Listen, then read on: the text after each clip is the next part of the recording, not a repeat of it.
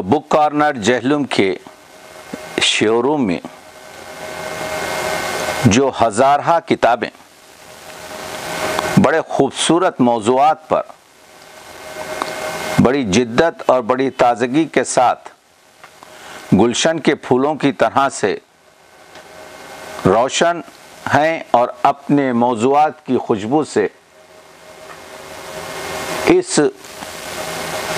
شو روم کی سیر کرنے والے کو متاثر کرتی ہیں، تو ہم نے دیکھا کہ ہماری کتاب امجد فہمی بھی اپنے چہرے درخشاں کو دکھا رہی ہے۔ زندگی میں کسی شاعر پر اس کی زندگی میں تنقید، تبصرہ اور گفتگو کی جائے تو وہ سونے پر سہاگا اور سب سے بڑی اس شاعر کے لیے خوش نصیبی اور خوش دلی کا باعث ہوتی ہے۔ اور پھر جب ایسا معروف دنیا کا شاعر جو ہمہ جہتی شخصیت اور فنکار ہو، جو ایک عظیم شاعر بھی ہو اور جو ایک عمدہ ڈرامہ نگار ہو، جو ایک کالم نویس ہو، جس کے سفر نامے، جس کے سیریل ٹی وی، جس کے انفرادی ڈرامے وغیرہ، غرض ہمہ جہت شخصیت کے اس صحیفے میں جو بک کارنر نے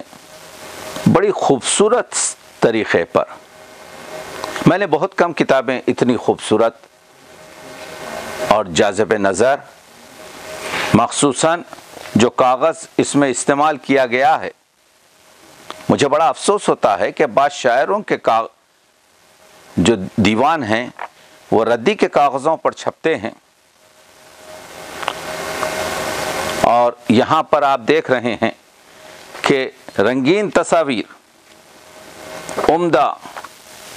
خوبصورت کام، یہ بتاتا ہے کہ پبلشر اس پر وقت بھی صرف کر رہے ہیں، یہ اس کتاب کو پیش کرنے کے لیے دامے درمے فنکار طریقے سے کتاب بولتی ہے کہ اس کتاب پر پبلشر نے وقت صرف کیا ہے۔ میں یقیناً بک کارنر کے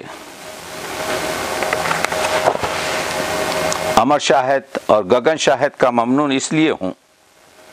کہ میری 5 درجن سے زیادہ کتابیں 2 درجن سے زیادہ پبلشروں نے شائع کی ہیں، تو مجھے معلوم ہے کہ پبلشنگ کیا ہوتی ہے۔ یہ جو کتاب ہمارے ہاتھ میں ہے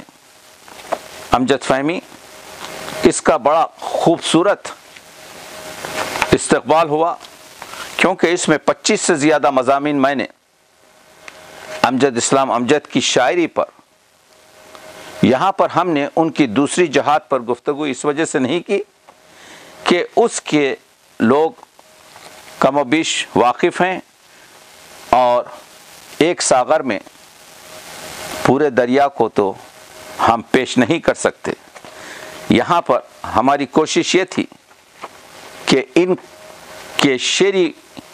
جو سرمایے ہیں اس کو ناظرین تک اور اردو ادب کے شائقین تک پیش کریں۔ ہم نے اس میں امجد اسلام امجد کے 72 نشتر کے طور پر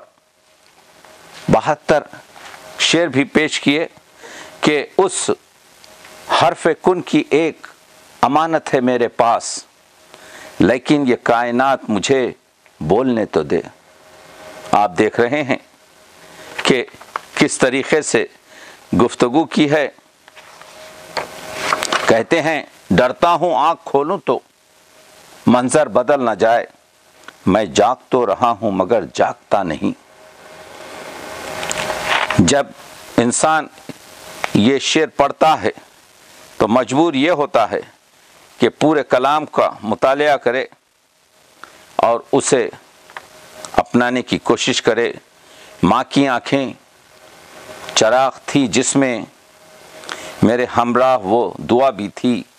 اور یہ دیکھیے کتنا خوبصورت شعر ہے کہ کہنے کو ایک صحن میں دیوار ہی اٹھی، گھر کی فضا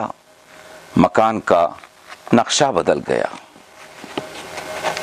بڑا شاعر ہے۔ مشاعرے میں ہم شاعر کو سنتے ہیں، سمجھتے نہیں پوری طریقے سے۔